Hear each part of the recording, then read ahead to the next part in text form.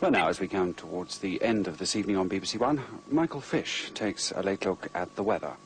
Again, a good deal of cloud, a little rain from time to time for much of the day, but later on that rain is going to become ever more persistent, and eventually I think that rain will probably turn out to be fairly heavy. What you've seen in any documentary about any band before or since is how great and wonderful everything is. It's not the truth of it. It's hell, it's hard, it's horrible, it's enjoyable to a small degree, but if you know what you're doing it for, you'll tolerate all that, because the work at the end of the day is what matters. We managed to offend all the people we were fucking fed up with.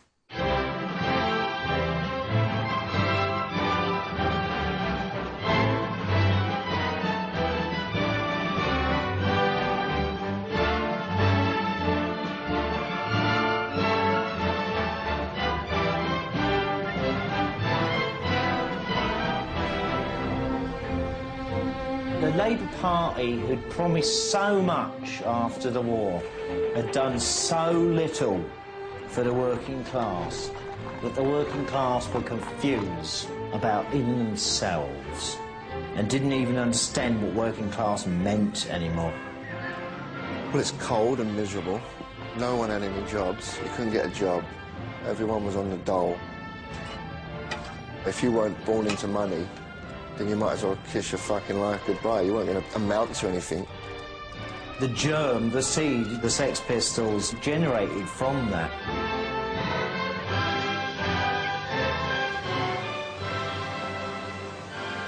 Now is the winter of our discontent, made glorious summer by this son of York.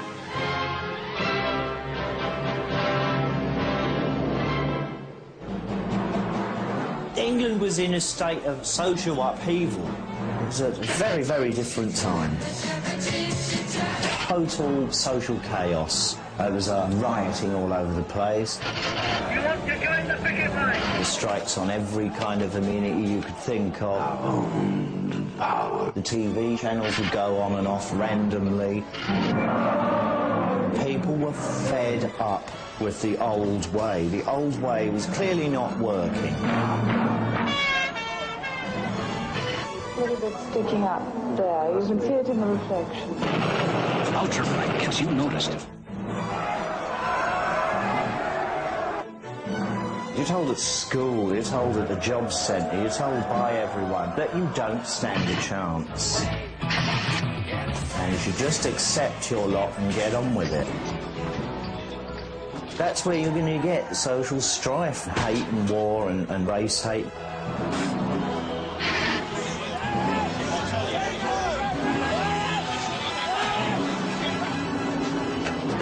When you feel powerless, you will grab any power you can to retain some kind of self-respect. Do you want something on how many people have been mugged? Don't lay your hand on me, son, because I'll break your fucking jaw.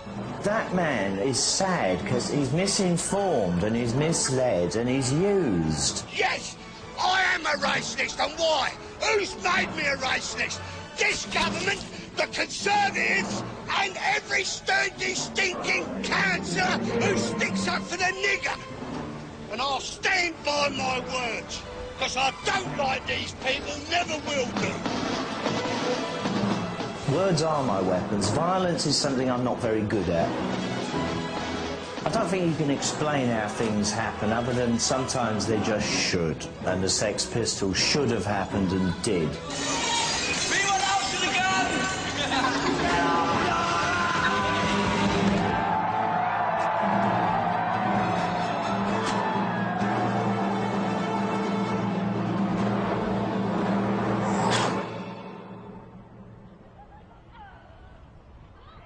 I was born in Queen Charlotte's Hospital on September the 3rd, 1955.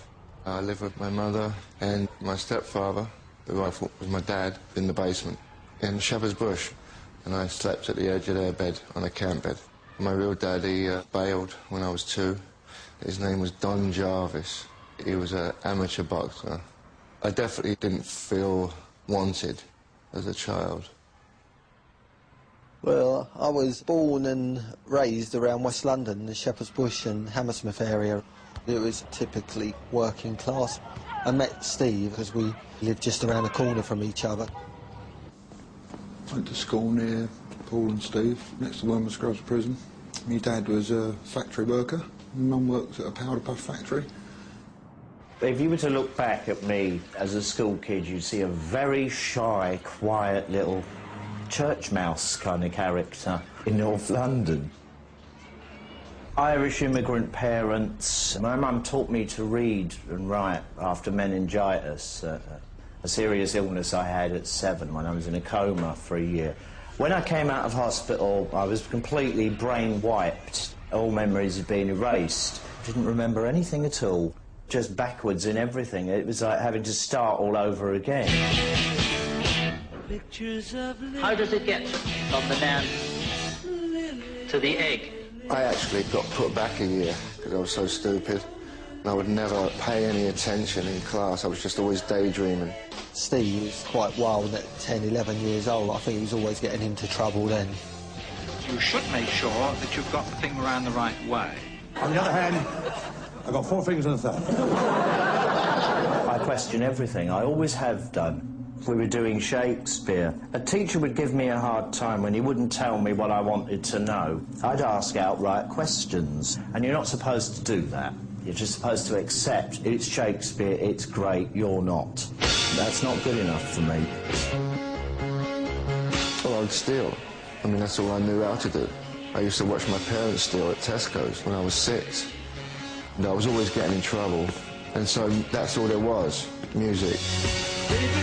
I was totally into music, Roxy music and Bowie.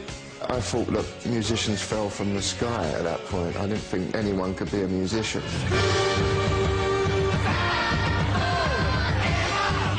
I was very quiet at school up until about 14 or 15 when I decided I'd had enough.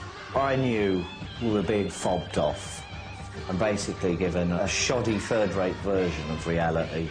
So you would not be capable of questioning your future because you didn't have one.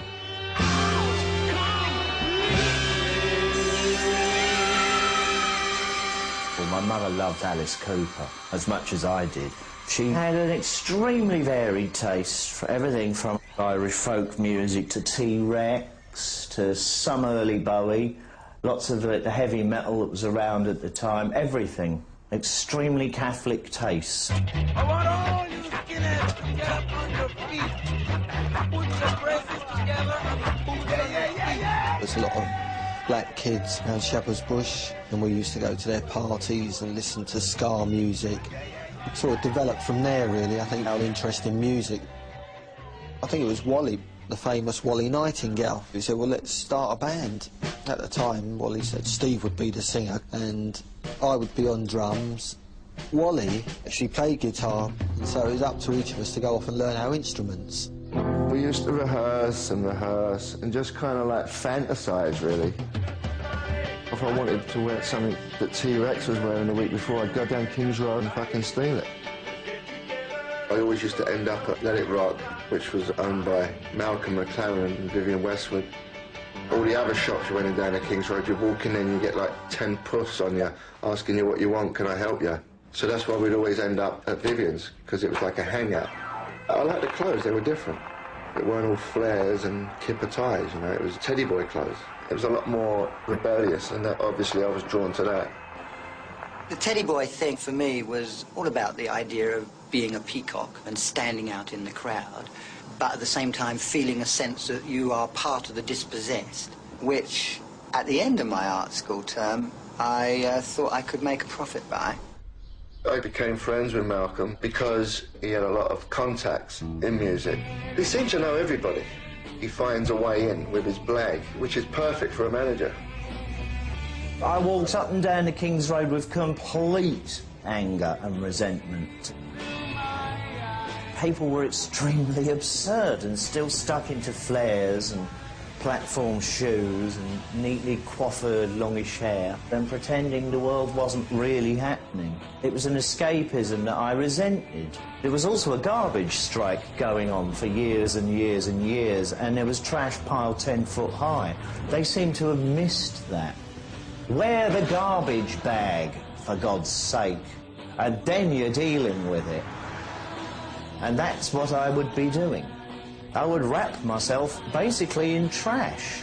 And that's so lamely and unfashionable that dogs bark at me as I halt my head. I've got news for you, dogs bark at me.